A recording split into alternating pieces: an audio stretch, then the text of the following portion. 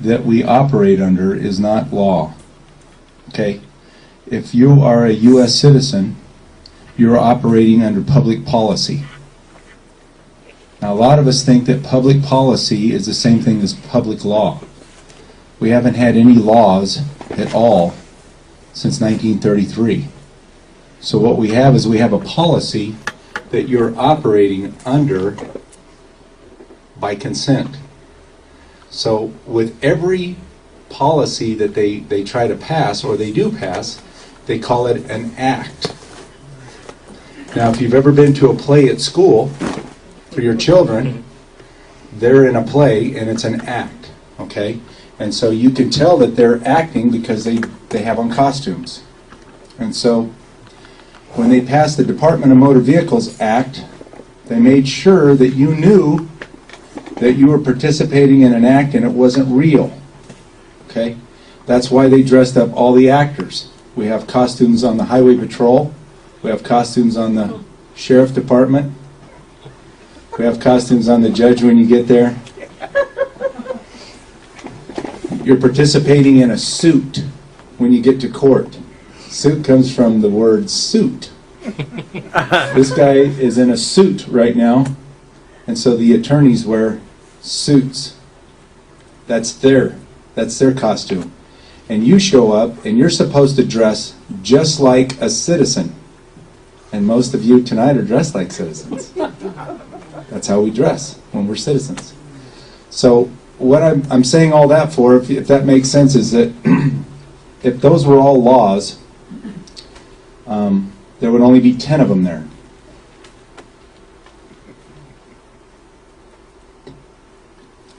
Do you remember the guy, the Joker, in that movie?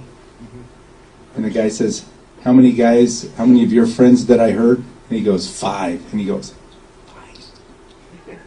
So there's only 10 laws, okay? The rest of them are called statutes or codes, and they all fall under acts. Now here's the good news. I said all that to say this. In every act, in every statute, in every code, there's a remedy. And the remedy is not there for citizens. It's only there for the real man. Okay? Now when I say the real man, that's who you think you are. Okay? The flesh and blood. There's always remedy. There's remedy everywhere. I can't believe how many times I've heard in the last couple of weeks someone call me and say, I'm going to court for a dog barking ticket. And I'm going to do this. What do you think? Sounds good. Try it. You know what I'm saying? Now, all these acts, you're participating in them by consent. And one of the things that I'd like to talk about maybe the next time we come is the Pledge of Allegiance. The other consent that we have is when you gave up title to your car. You turned it into a vehicle and you entered it into the play. And so now you're no longer a traveler, you are a driver or you're an operator. And travelers don't get tickets. They can't. There's no law against traveling, even at the speed of sound. There's no law. I guarantee you. There's also no law for a traveler to carry a license. There's only licenses for operators and drivers. So if you understand all that stuff so far, I'm going to show you how this all started, because it's kind of like building a house. When you come up to a really nice house that's already built, you just get to notice how big it is. You can't break in. It's got an alarm system. You've got all these things going on with this house. The water, you don't see where the water line comes in. You don't see where the sewer goes out. It's all hid. And so that's where we come in. We come in, we're born into this, I want to call this onto this land, and pretty soon they've got us believing that we have to participate in the play. And so we see our government already structured this huge thing, and we don't see all the sewer going in and the water coming out. I said that right. We don't see the money going into the pipes, and we don't see the money going out of the pipes. Okay? We don't get to see any of that. But if you go back and see pictures of how the house was being built, you can see the backhoe out there on a piece of dirt grading off the weeds. And if you're a contractor, I like talking in those kind of terms because I build. I run equipment. I put in pipes. I've dropped in sewer lines, leach lines. I've done all that stuff. And so as you get going, you forget. You're standing there and you go, wow, oh, I'm standing on the septic tank right about here. Houses that I built, you go back later and you go, do you remember all the water lines had to go around that big rock that we found while we were trying to... So what I'm saying is, we're going to go back in time with history on some of this documentation from the District of Columbia and to see how it's all transpired. Okay? Now, can you zip it up a little bit higher? Okay, the initial review of the District of Columbia. Now, this is called an organic act. Now, I don't know, organic is the same thing as charter.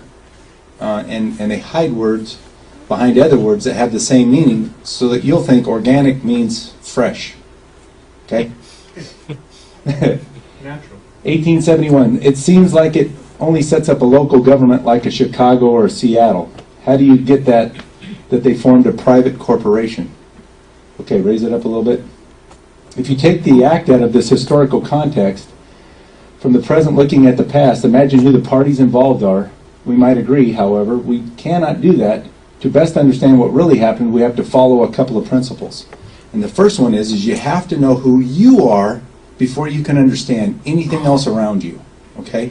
If you think that you're a wolf cub out in the forest, okay, and you're freezing to death, and you find out later that you're a man and you can make fire, everything around you changes. So we've got to understand who you are first to understand this stuff.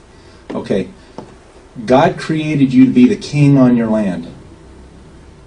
The word is called sovereign. That means so over reigns. You're driving the horse. You got a hold of the reins. That's what so over reigns, sovereign means, okay? So, we'll raise it up a little bit more. Always know that yourself first. Discover the true nature of all the other parties second. Okay, all that you can pass up because it gets a little too deep right there. So right there where it says thus, to understand the parties involved in the District of Columbia Organic Act of 1871. Think about that. That was only 140 years ago. Okay, 2 generations. That's it. So we're not that far back. Although they didn't have planes and cars and all that stuff there, most of the people in that time era were biblical. Okay, they had a Bible and they had a law book. Okay, they knew the law, and those are the 2 books that they had on their hearth of their fireplace. And instead of going home and watching TV, or going down to the gym, or whatever they did, whatever we do now, bridge club, NASCAR races, I mean, you got to understand that the de facto has put everything in front of us to keep us distracted. I mean, every sport you can think of is on TV.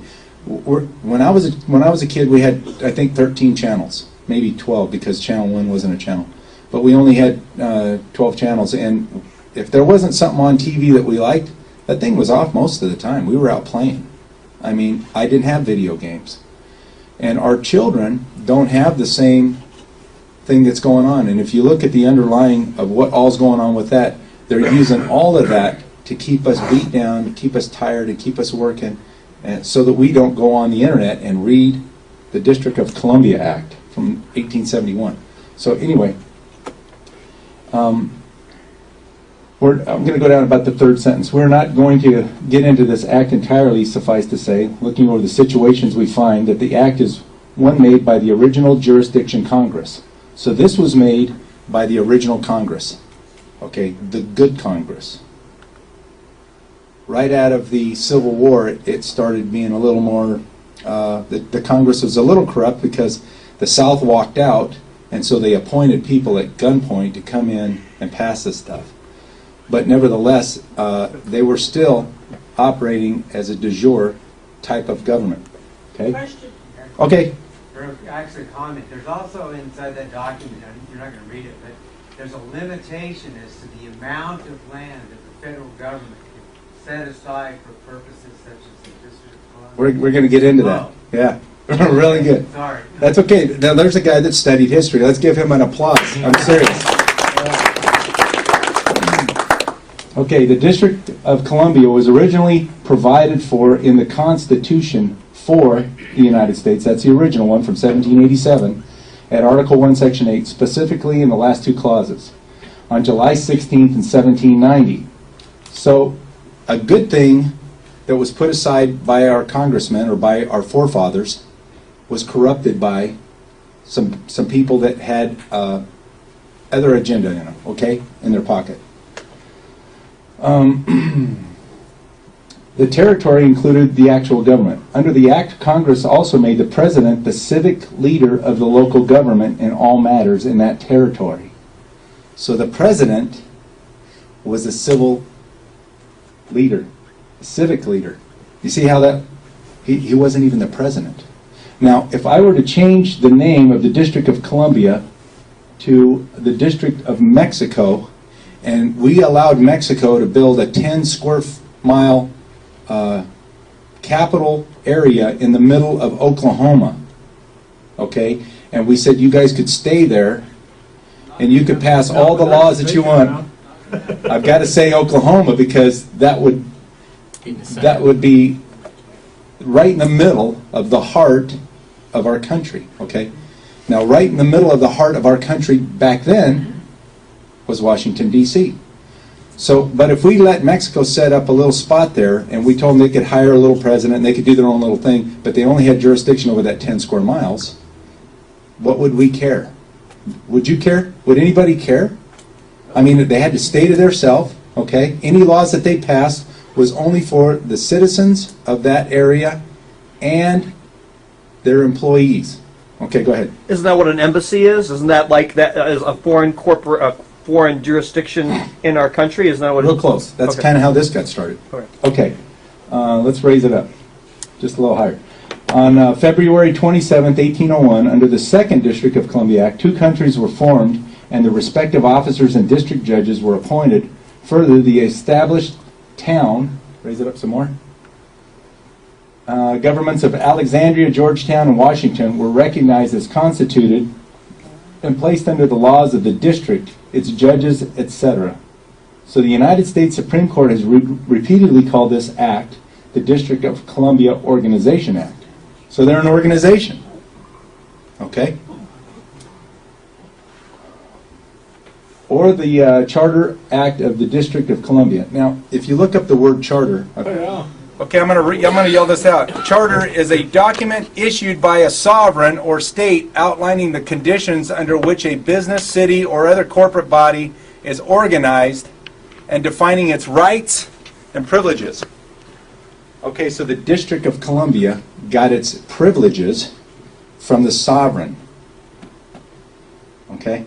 That's you and me. We are the descendants of the sovereign. So we are sovereigns. Okay? According to the United States Supreme Court, the Charter Acts, first acts, were the official incorporation of the formal government of the District of Columbia. Now, I want you to notice that the official incorporation of a formal government, not the United States of America. It doesn't say America. It says the government of the District of Columbia, as chartered by Congress in accord with the Constitution's privileges or provisions. So what they did is they took something good and they subbed it out. We don't want to mess with this. We're going to let them do it. Okay? Are you guys following this so far? Yes. Okay. Again, the Supreme Court called it the body of government a corporation with the right to sue and be sued. Now that's good news for you and me. They have the right to be sued. We have the right to sue them. Now here's something really great if you've been studying 1215.org, that we, the sovereign, can change our mind. It's kind of almost like a wife. I'm not saying that in a bad way. How many men have ever gotten mad at their wife because they changed their mind? Maybe when you first got married, but after a while you don't get mad. It's just part of the deal. I'm going to wear this. And then they come back out and they got on something, you go, did you change? Yeah, I didn't feel comfortable with that. Well, that's how we are as a sovereign, okay? We can agree to a driver's license, and then we can say, you know what, I don't want the driver's license anymore. That's what sovereign is all about. There's a great case with the Indian tribe being sovereign, changing their mind. And the corporation sued them, and the Supreme Court said, sorry, they're sovereign, they can change their mind. So there's some more hope for us about changing our mind. Oh, 1215.org, okay. This guy right here has got a great website. If you go to 1215.org, 1215 stands for the Magna Carta. That's when it was signed, okay? That was one of the first documents that was signed to help the slaves get out of bondage, basically. It wasn't a great document because they hid a lot of the truths in that. That sets the basics for the first rule of our standard for review, know the parties. What we have presented is sufficient to show that the basics of who the parties are and related to resolving the answer. We admonish everyone to prove the facts or search themselves. The second rule, down here in that last paragraph, the rule from our standard review is when you understand the environmental nature of the relationship. With that in mind, let's consider the events of the time. The Civil War had recently ended, and the country was still under Lincoln's Conscription Act. We call that a martial law now. Okay, so under martial law, president can write anything, and it's considered as law. Okay? Now, once we come out of martial law, all those laws are abated. That means they're no longer in effect. Okay? So if you notice, every president since then has declared war on something. Declared war on drugs. We've declared war on poverty. They've all declared war on something to keep us into a state of war, so that the president has ultimate power in our country. Okay? Congress had at least 3 problems they could see no way to directly cure by following the laws of the land. They were out of funds. They had promised 40 acres of land to each slave that left the South to fight for the North, and they had to reintegrate the South into the Union, which they could not do without controlling the appointment of the Southern states' congressional members. There were other problems, but these 3 stand out from all the rest. That is enough about the environment for the purposes of this review. However, the more you study the historical events of this time, the more obvious the relationships become. You will become a more proof, it'll become, and the more proof you will have to amass to prove the facts, what actually happened. In the interest of time and space, in this response, we'll move on. Okay, the next one up. Knowing the government of District of Columbia was already created into the government, and so formed into a municipal incorporation in 1801, under the District of Columbia Acts, we wonder, even with Congress's constitutional authority to pass any law within the 10 square mile of the district, how do you create or incorporate for the first time a municipal government that has already been in existence as a municipal corporation for 70 years? And the answer is, it's impossible. So what Congress did is they committed fraud. It's illegal. Okay? Now, the cool part is the District of Columbia only has authority over the District of Columbia. Okay? And its jurisdictions. How do they get jurisdiction? By consent. Only by our consent. So they call things, instead of the Arizona state, they changed the terminology to the state of Arizona. It's kind of like being in a state of euphoria. Are we in a euphoria now? We're not in the state of Arizona either. Okay?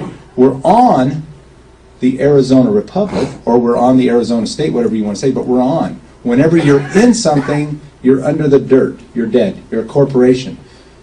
So I'm saying all these things to you because when you go to court and the judge asks you, where do you live, and you use the word in, you're done. I'm telling you. He's looking for contracts. He's looking for something that you signed. Do you have a driver's license? You say yes, you're done. He's looking for 3 contracts of 3 specific pieces of information to trap you into his jurisdiction. Okay? Now, I'm going to tell you this. People call and they say, what is the Republic doing? Well, the Republic, for one thing, we're educating as fast as, if I'm in a bank line trying to cash a check, And somebody says, boy, is this economy crooked? I go, we're standing in the biggest bank robbers of all time, right here. He goes, where? I go, right here. They're on the other side. They're robbing us every time we get here. And I talk about it all the time because you never know who you're going to run into that is looking for what we're doing. And I got to tell you right now, the season is perfect. I mean, it is perfect right now. I don't have anybody say, oh yeah, that George Bush, he was great. Or that Jimmy Carter, boy, what a great guy. Everybody's just sick of everything. You know what I mean? The lights are turning on. So I'm going to get into the 3 contracts with you real quick so you understand some of that stuff. When you consider the historical facts, the only meaning left for the terms given in the opening paragraph of the District of Columbia Organic Act of 1871 and that which follows is that it's a municipal corporation that was created is a private corporation owned by the actual government. And it's saying the government, but it's not saying our government. So what government owns it? The only government created in that act was the same government any private corporation has within operation of its own corporate construct. Thus we call it a corporation US. Now with any corporation, there's investors, okay, there's a board of directors, there's a secretary, and there's a treasury. Now the good part is that all sounds, when I first started hearing this stuff, it was very depressing because I thought, man, we're locked in. The good news is we're sovereign. We can change our mind. You can go back and nullify contracts. You can, let me explain one quick thing about contracts, okay? How do you cancel a contract? Go ahead. Bankruptcy. When you're a dead person, that's about the only way you can. But if you're in honor and there's a contract, I have an agreement with him to take out his trash every Saturday, okay? And I sign it, or I don't sign it, doesn't matter. There's a trust there that I'm going to take out his trash every Saturday for him. After about 10 years of it, I go, golly, I can't even leave on the weekends. So I say, okay, I'm going to amend our agreement. That's what amendments are for. So I let him know, hey, Brad, for 10 years I've taken out the trash for you, and I need to leave on the weekends. So what I want to do is I want to amend our agreement. I want you to take out your own trash for the next 10 years, and if you have a problem with that, you have to let me know in 21 days. If you don't respond, I'm going to accept your response as no response as agreement. And if you get mad at me, okay, and you cuss at me because you didn't respond properly, it's $1 per cussing. And this is a self-executing contract. So if you say you don't get it, too bad, I know you got it because I'm going to have Bob Jones, the next door neighbor, hand deliver it to you, and he's going to testify that you got it. And by the way, I want you to respond to Bob Jones, the next door neighbor, because if he says you didn't respond, this contract is in full effect. That's how you amend or you cancel a contract. So if we're in honor, there's no fighting. We accept all the terms of the conditions right up to the point where we amend the contract. Is it possible to amend the District of Columbia's contracts? Oh, yeah. Absolutely. Okay. Now, if I wanted to pull a tricky one to Brad in the contract, okay, I could say, by the way, I'm going to go ahead and give you $50,000 to let me out of this contract, but I put it in square brackets. I'm going to give you $50,000 to let me out of the contract, and I put it in square brackets. Now, there's some guys here that understand contract law. What do the square brackets mean to that contract of that statement? It means that's not a part of the contract. Not there. That's not there. Okay. It's not there. So he could say, hey, you said you're going to give me $50,000. Where is it? I go, that's not part of the contract. Gotcha. Now, if he doesn't understand that, it's buyer beware. Too bad for you. Can you pull up the Constitution? When I started listening to Winston Shroud, I did not understand it, but I knew that people in life were where they got to be was from listening to Winston Shroud. I forced myself to watch him. It was like eating broccoli that had been dipped in horse manure. I mean, it was hard, okay? It was extremely hard. I could not fathom what he was talking about. And he would go so fast, and he seemed like a nice guy. He's got white hair. He said he was a framer. I mean, he said he had a couple of jobs, and the guys that I was beginning to run around with kept saying, you need to watch Winston Shroud. Choked him down, night after night. Sometimes I'd watch the same 15-minute segment of the video 100 times, and so I could understand a little bit. At least I could recite. It was kind of like learning a song. You know, you sing it over 100 times, you can say it, even if you don't know what you're saying. You can understand it. And he said, square brackets. A lot of the stuff in the Constitution doesn't pertain to us, doesn't pertain to citizens. Now I knew this because I was the Chief Justice for a little while, and I knew that the Supreme Court had ruled that when people come in and say, I demand my constitutional rights, the judge says, sit down and shut up. If you say that again, I'm going to throw you in jail. And what the reason why is because the Supreme Court ruled that the Constitution, that the citizens are not a party to it. How could that be? It talks about the 14th Amendment and the slaves. They're a part of it. We're all a part of it. That's our Constitution to keep the government below us. Well, let me show you what I found. Article 1. You see how that's written? In the original Constitution, that's how it's written. Let's slide up about, let's go to the 13th or 14th Amendment. It talks about the people a lot. Now this is just an observation that I made. There's 3, 4, oh, back. Does anybody see any square boxes? The rights of the citizens of the United States. That isn't a part of the contract. It's on there. But citizens don't have rights. It's like jumbo shrimp. Has anybody seen a shrimp this big? There are no jumbo shrimp. There's a little bit bigger ones than the bigger ones, but they're all shrimps. Okay, they're all small. That article right there, 2026, is not part of the Constitution. Now, if you look at the Constitution of the United States, because there's 2 of them, the opposite brackets are on those ones. Okay? So if you're a citizen, you got to read the second one. And if you're a sovereign, you need to read the first one. That's all there is to it. Now, I've got one more quick thing to tell you. What? Could you explain the 4 corners? The 4 corners rule? Just a quick thing to have some fun. The next time you get a ticket, if the highway patrolman pulls you over, be real nice. Hand them your license and tell them that's your corporation license. Okay? That's my corporate traveling pass. Have some fun with it, okay? Be nice to the guy. But when you sign your name in the ticket, put a square box around the signature area and make sure it's all locked in, so that it's, and then sign in that box and hand it back to him. Okay? If you guys know what A for V is, go ahead and get that on there too. All right? Now, when you hand that to him, if it gets back to the court, there's no signature on it. Okay? You guys, if you know how to defend that, it's a lot of fun. Okay? I'm just telling you, that's one way to do it. But everything that's boxed in on this thing, now I'm not going to show you all this stuff because this is great for you to go home and turn off 2.5 Men. You don't have to worry about them. They're not recording anymore.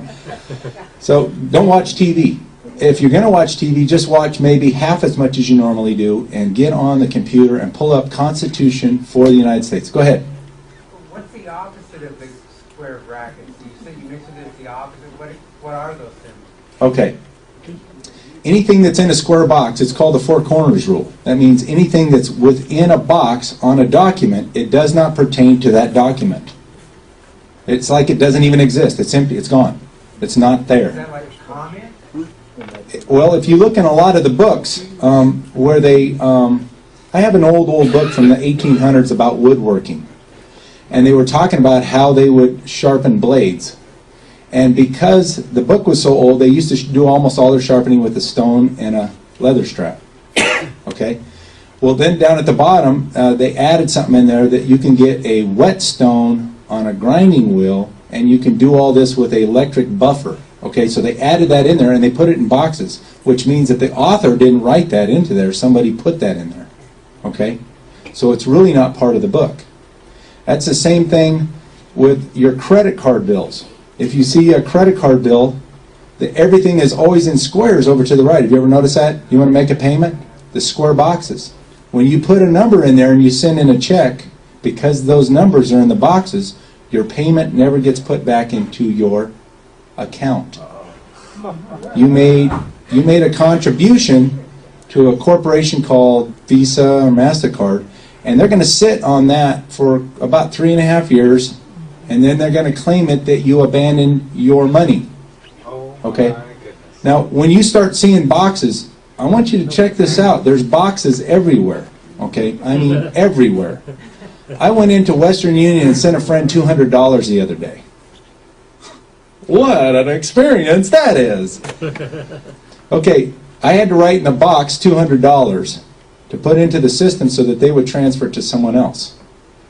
The $200 was just an indication of what I would like to be in the system for somebody in a different area. When I signed my name to that union, okay, that name is what put the money into the system. My signature is what created the money. Now when the money went in there, okay, by my signature, out of thin air, I gave the guy $200 free to do whatever he wanted with. So, are you guys following that? The $200 disappeared. It never made it to him. I signed something that caused the $200 to come in there. Now, as I was leaving, getting ready to go, they go, "We got one more thing for you to sign." I go, "What's that?" They go, "An authorization to transfer the money somewhere else." And I said, "So you're going to get 2 signatures?" How about that? So I signed it again. Okay, now I called up my buddy and I go, "Hey, let me know if they make you sign twice." He goes, "Okay." So he signed once, they gave him the money, but before they gave him the money, they said, "You got to sign one more time here." So what they did is they did a dual transaction for $400, okay? They kept all $400, and I'm sure they gave the IRS their cut, because I created that money with my signature. And I gave them $200 for doing me a favor, transferring the money through a wire to somewhere else. Okay? So as you're going along, all these square boxes that were on that, on the Union, what is it called? Western Union. There were square boxes everywhere. I mean, they really got themselves covered. So while you're out there doing commerce, okay, while you're out there doing this stuff, keep your eyes open. Start seeing it. Do you remember that old movie with Roddy Piper? You remember he puts on the glasses and all those people are all jacked up? They live. Do you remember that movie? And you could only see them when the glasses were on? Well, I'm giving you a pair of glasses tonight. I want you to wear them. Keep your eyes open. The Word of God says, study to show yourself approved. We got to study, guys. The remedies are everywhere. They're hid everywhere. And all those rules and zones and codes and all that stuff, there's a remedy in every one of them that we can get out, okay, of whatever contract it is. We're having some great success. 3 or 4 places now that we know of that the judges are actually asking for the note, the original note on a foreclosure, to be married to the default judgment. It has to be married according to the laws. Okay? And the judges are starting to stand up. Now, if you don't know where to tell the judge that law is, but that's our remedy. Okay? So look for the remedies. If you find any, please call them into us so that we can explain it to everybody else. If you guys see anything funny like that, okay? Excuse me for interrupting. Sure. Back to the boxes for a second. Every time I deposit money in the bank, we fill out a box. Are you saying we should not? No. Now, just understand this, that that's the form of commerce, okay, that we have agreed to. It's gotten so far out of hand that we all have to have a capital letter name on a checking account in order to do commerce. There's a private side and a public side. Your labor is on the private side. What you do for work is on the private side, okay? On the public side, there's an entity with the same name as you. They spell it a little different, okay? That's the transmitting utility in order for you to go into the matrix and go down the street and get some groceries and come back out. Now, the Republic is here so that we don't have to have that, because every time you use that, they charge you a usury tax. Now, the Bible says that's a sin. Usury is a sin. To make money with your money on interest on someone else's hard labor is a sin. But I found the other day that it says it's okay for foreign countries to do that. So if you understand we're all foreigners in the United States. Or, you can look at it the way I look at it, the foreigners are here in my America. Okay? Does that make sense? Yeah. I hope I touched on some stuff so you guys understand it. Please study. On the website, one of them is called, let me pull it up. One of them is called, if you just pull in there for a search on Google, I put up Constitution and it came up, The Rape of We the People and the Constitution for the United States. So that one really gets into some really great stuff. But, you know, don't get depressed about it because there's remedy everywhere. There's remedy in everything that we can do. And so as we move the Republic forward with more and more people and more armies, that's it. The rape of the Constitution, United States constructive. Constructive fraud. And it talks about how if something's, the Supreme Court ruled on this, if something's totally fraudulent, but it's got some good things in it, we're going to go ahead and allow it. Okay? All through these documents, your mind will start opening. When you go to sign some documents, you'll understand. I mean, I was out in California last week, and I went with a friend to sign a contract for a demolition job. And the guy spun the papers around to him, and they were talking, and he just went to the last page and started signing. And I went, "Oh, golly, what are you doing?" And he goes, "What do you mean?" And I go, "Don't you think you ought to read that?" And he goes, "Well, the guy sent it over to me early, and this is a contract." So I go, "Can I talk to you outside?" I went outside, and I go, "What if it's not the same contract?" And he goes, "That's a good idea. I better go in there and read it." He went in there and made 7 changes to the contract. Now, I'm not saying that either one of them were bad guys. I'm just saying what he understood on the phone and what was on the paper was different. We have all done the same thing. When you go in and apply for a driver's license, you give up title to your right in exchange for a benefit and a privilege. Okay? One of the benefits is if you get hurt on the highway patrol, the guy with the costume on, will call another guy with a costume, it's called an ambulance, and they'll come help you. Okay? That's one of the benefits. One of the other benefits is you get to go to jail if you don't pay your bill. The guy that didn't show up in court, the benefit for him acting like a convict is he gets to be a convict.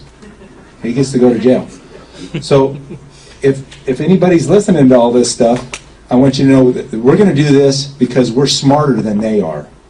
They stole our country with a pen, and we're going to take it back. It's going to be a ballpoint blue Bic, okay? I'm not kidding you. That pen, nothing is mightier than the pen, not even the sword, okay? So anyway, I want to thank you guys for all standing around. I'm so Quickly, that, okay. that the deal about the size of the property is that, for instance, all of the grant, if you go west of the Mississippi, most of it's owned by the government. They can't do that. Not only did we buy it in the first place a long, long time ago, isn't that right, Alan? Steve? We bought it outright. The United States owns the whole ground. But then they later on said, no, we want to grab all this fine forest ground and everything with minerals on it. Well, by consent, we allowed that. Now, the good part is we can change our mind, okay? So if you guys want to talk a little bit afterwards, I know Stoney's going to wrap stuff up. If you guys want to talk a little bit, we're going to try and I'm going to turn it back over to Stoney.